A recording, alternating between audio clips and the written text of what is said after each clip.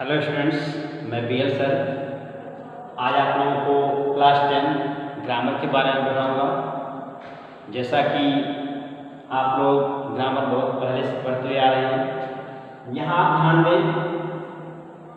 मैं आपको एक और ज़रूरी बात बता दूं कि क्लास 6 to 11 जो बच्चे एडमिशन के लिए तैयार हैं, एडमिशन करवाना चाहते हैं, वो कार्यालय में आके संपर्क कर सकते हैं या फ़ोन के माध्यम से संपर्क करके एडमिशन करवा सकते हैं। एडमिशन के लिए कार्यालय ओपन होगा और इसी संस्था के साथ एक दूसरी संस्था है जो CBSE board English medium LKG 12, ये भी आप जिन बच्चों का एडमिशन करवाना चाहते हैं एडमिशन करवा सकते हैं। फ़ोन माध्यम से संपर्क करके एडमिशन ले सकते हैं।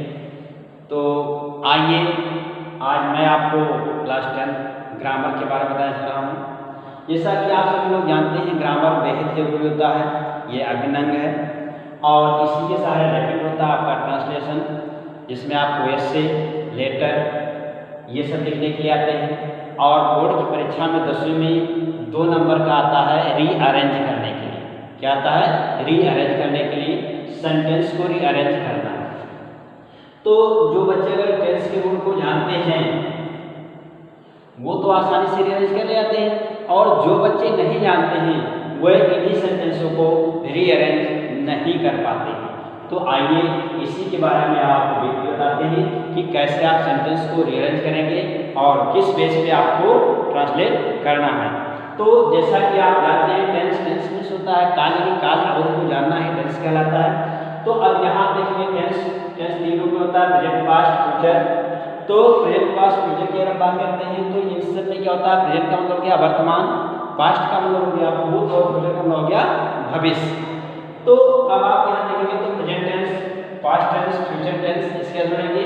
अब प्रत्येक टेंस की जो होती है 4 ब्रांच होती है, 4 होती है। कितनी होती है? 4। Number 1 indefinite,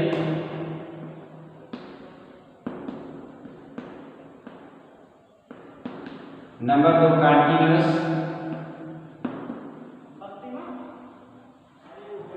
number 3 perfect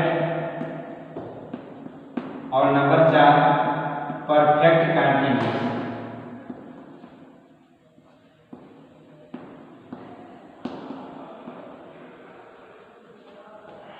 perfect continuous ये सभी होते हैं present indefinite, present continuous, present perfect, present perfect continuous. इसके बाद फिर आपका पास्ट के साथ बोलते हैं तो पास्ट में भी आएगा past indefinite, past continuous, past perfect और future past perfect continuous. Future के साथ जोड़ेंगे तो फिर यही 4 होंगे। अब इस प्रकार से हम इसी क्रम में पहले एक टेंस को लेकर चलेंगे, जैसे कि प्रेजेंट इंडेफिनिट टेंस। तो प्रेजेंट इंडेफिनिट को लेकर चलेंगे तो इसके बारे में आपको डिटेल जानकारी देते हैं, कैसे आपको ट्रांसलेट करना है। यानी अगर पूरी जानकारी आपको होती है तो ट्रांसलेट बड़े आराम से आप कर ले जाएंगे। एक चीज़ बता दें, मैं आपको आज ग्रामर में ट्रांसलेट पढ़ा रहा हूँ, टेंस शुरू कर दिया है मैंने ऑनलाइन।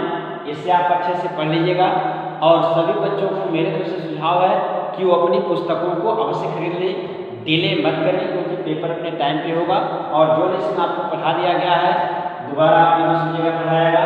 अगर आपको कोई समस्या होगी तो समाधान किया जाएगा, लेकिन आप पढ़ाई करते रहें और पुस्तकों में दिए गए एक्सरसाइज का बराबर सॉल्व करते रहें। जहाँ ना समझ में आए उसको आप छोड़ दीजिए, अपने टीचर के यानी अध्यापक के माध्यम से आप उस समस्या का समाधान पा सकते हैं। तो आइए यहाँ पर हम आपको लेकर चलते हैं, बताते हैं प्रेजेंट इंडेफिनिट टेंस क्या है, क्या इसके गुण होते हैं और कितनी आसानी से इसको हम ट्रांसलेट कर सकते हैं। इस चीज़ को जानना आपके लिए बेहद जरूरी होता है। तो पहला टेंस आपके लिए क्या आता है? Present indefinite tense.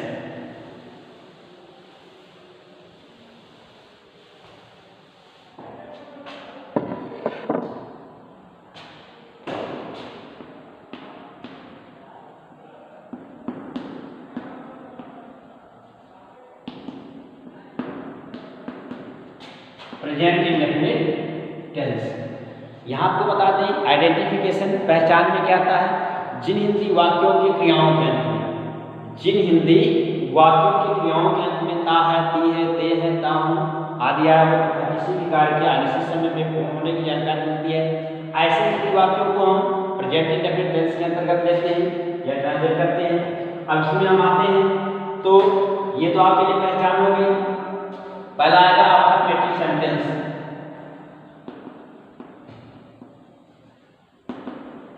Affirmative sentence, affirmative sentence मतलब क्या है, स्वीकारात्मक वाक्य होते हैं। अब इसके लिए जो रूल आपका बनेगा,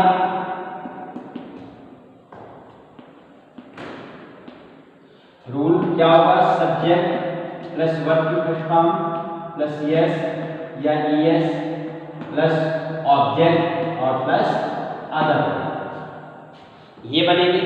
यहाँ पर आपको मैं बता दूं कि जो ये रूल होता है अफर्मेटिव सेंटेंस, इसमें हेल्पिंग वर्ब यानी सहायक क्रिया का प्रयोग बिल्कुल नहीं होता है। क्यों क्या होता है, क्रिया की पहली अवस्था में यस या यस का प्रयोग होता है। जैसे क्या है, वह गीत गाती है, वह गीत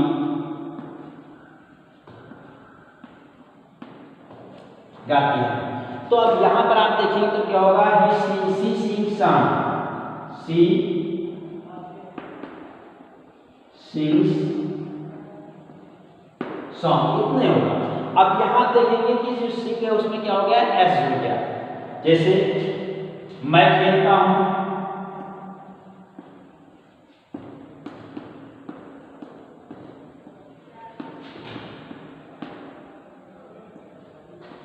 तो क्या हो गया, आई प्ले।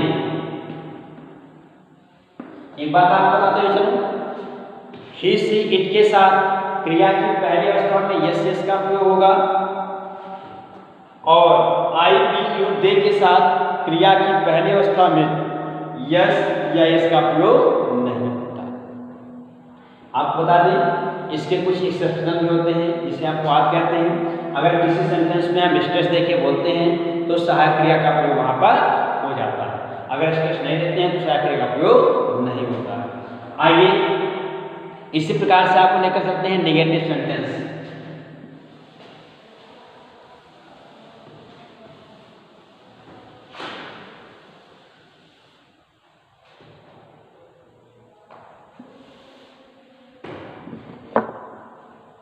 नेगेटिव सेंटेंस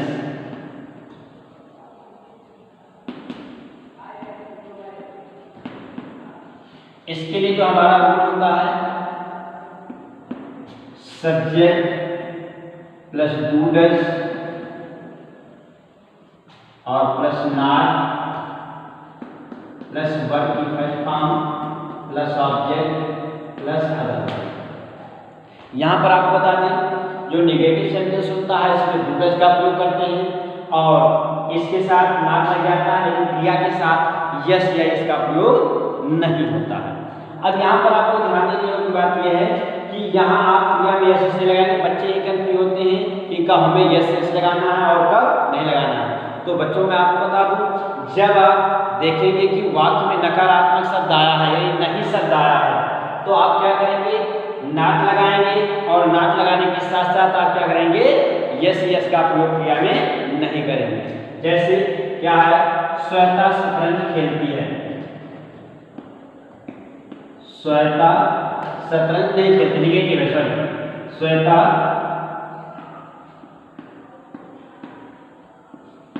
शतरंज नहीं खेलती।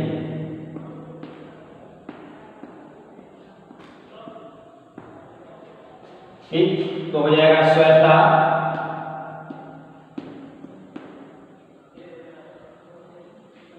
Does not play chess, Shweta does not play chess. इसी प्रकार से क्या है आपका वाक्य,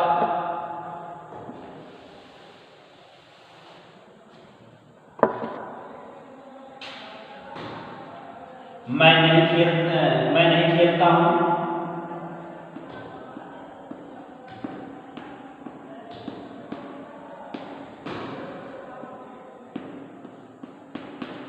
तो क्या होगा, I do not, I do not,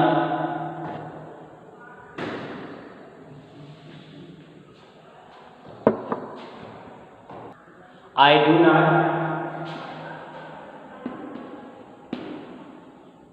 play, इतने हो कि मैं नहीं खेलता हूँ। अब इसी के साथ आगे आप चले थोड़ा सा, तो एक चीज बता दें, जब आता है वाक्य में कभी नहीं, तो जब कभी नहीं आता है तो उसके लिए हम प्रयोग करते हैं नेवर का प्रयोग करते हैं। किसका प्रयोग करते हैं, नेवर का। जैसे क्या है, वह शराब कभी नहीं पीता, वह शराब कभी नहीं पीता है। तो क्या होगा, ही नेवर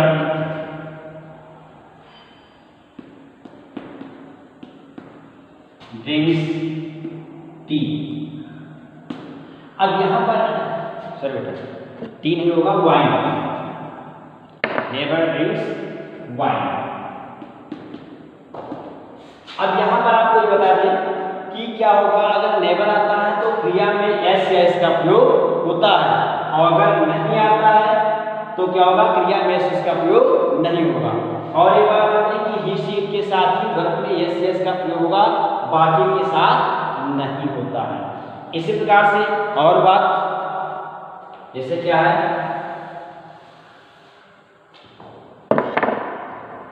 सीता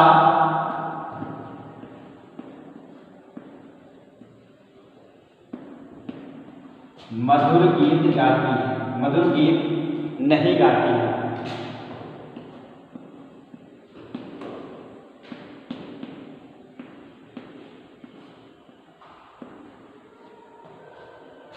तो क्या होगा, सीता डज नॉट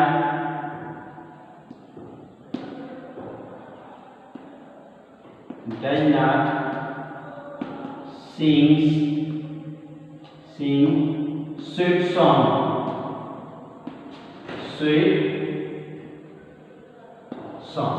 इस प्रकार से हो गया। अब आगे अगर हम चलते हैं, इसी में थोड़ा सा पढ़ें, तो अगला आता आपका इंट्रोगेटिव सेंटेंस।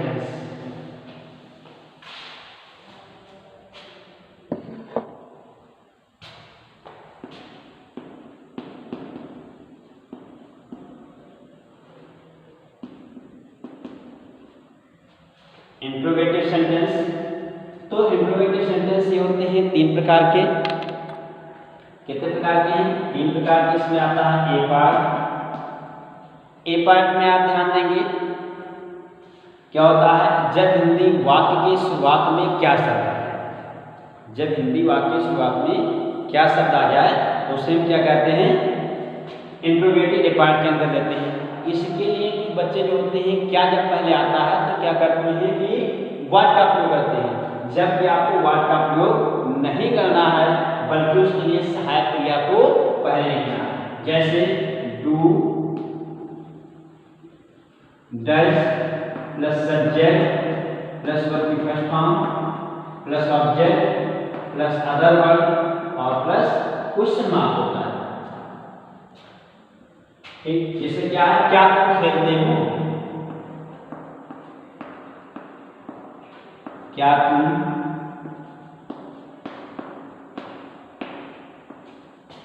खेलते हो, तो यहां क्या आ जाएगा, डू यू प्ले।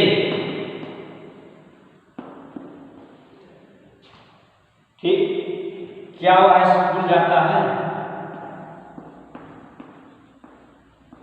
क्या वह स्कूल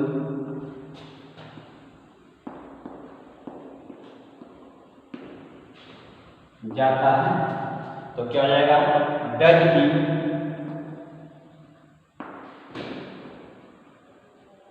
गो टू स्कूल। इस प्रकार से होंगे।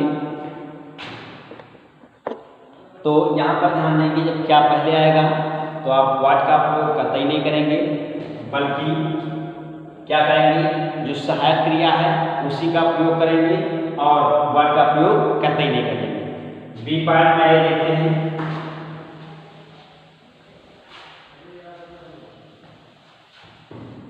बी पार्ट में ऐसा क्या है, जो क्वेश्चन वर्ड होते हैं वो वाक्य के बीच में आते हैं। बी पार्ट यहाँ देखते हैं तो इसमें क्या होता है, जो हमारे क्वेश्चन वर्ड होते हैं वो वाक्य के बीच में आते हैं। जैसे क्या आता है आपका WH ऑब्लिक करके डू भी लिख देते हैं, WH plus QW, WH oblique QW यानी क्वेश्चन वर्ड होते हैं इसी में, और प्लस डू डज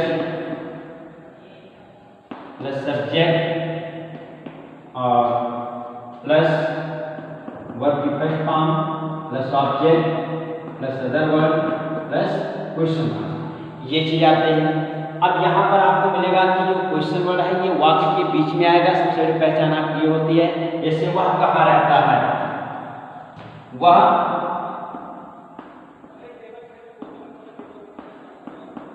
कहाँ रहता है, तो हो जाएगा where does he live। इसी प्रकार से अगला वाक्य, तुम क्या करते हो, तो क्या हो जाएगा What do you do। इस वाक्य को लगभग ज्यादातर लोग पूछते हैं, क्योंकि यहाँ पर आप देखेंगे डू दो बार है। तो एक डू तो आपका हो गया सहायक क्रिया और दूसरा डू आपका जो हो गया वो क्या है, हेल्पिंग वर्ब। एक तो आपकी सहायक क्रिया है और दूसरा को क्या आपका वर्ब है, क्या है वर्ब है। और इस प्रकार से आप ध्यान देंगे कि ऐसे वाक्यों को लोग ज्यादा पूछते हैं। आइए आगे आपको देखते हैं।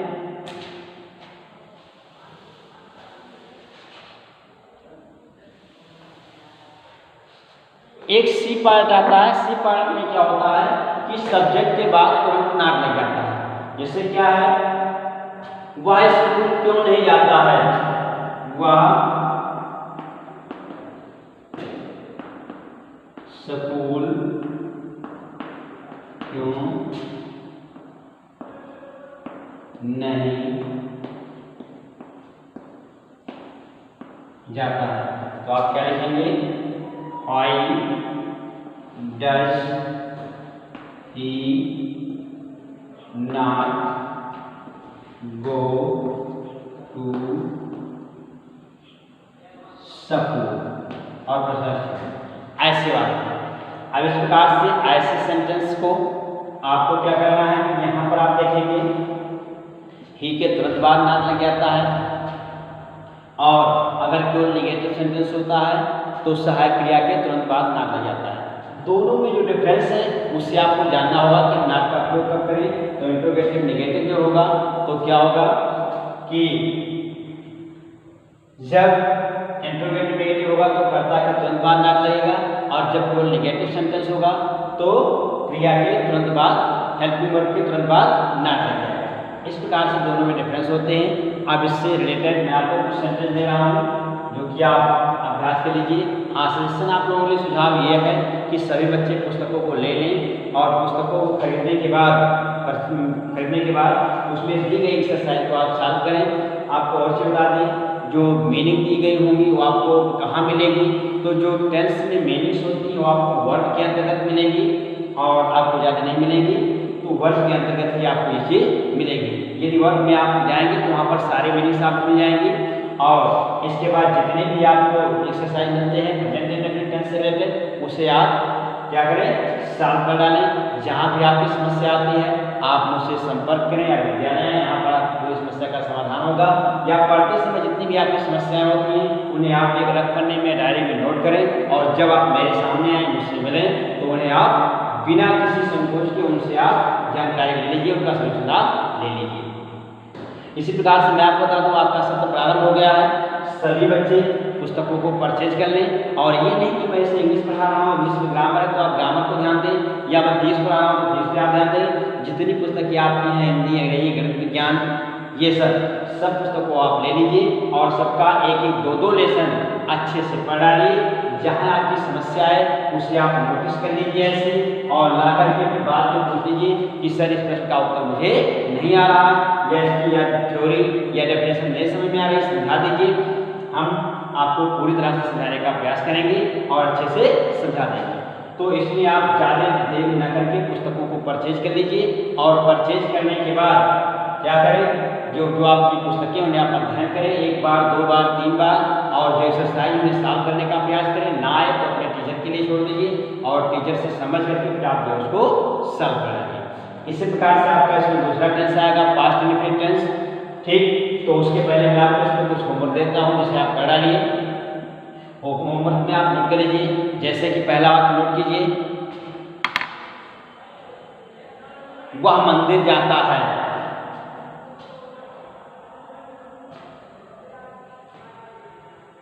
मैं पत्र लिखता हूं।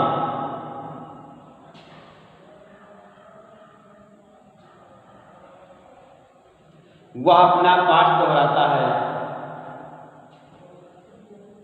तुम उसे नहीं जानते हो।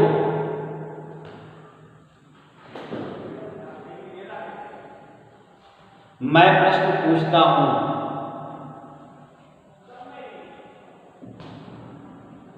वह सुबह जल्दी नहीं उठता है।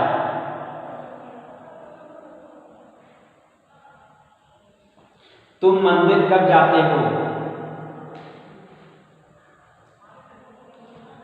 वह अपने पिताजी के साथ बाजार क्यों नहीं जाता है।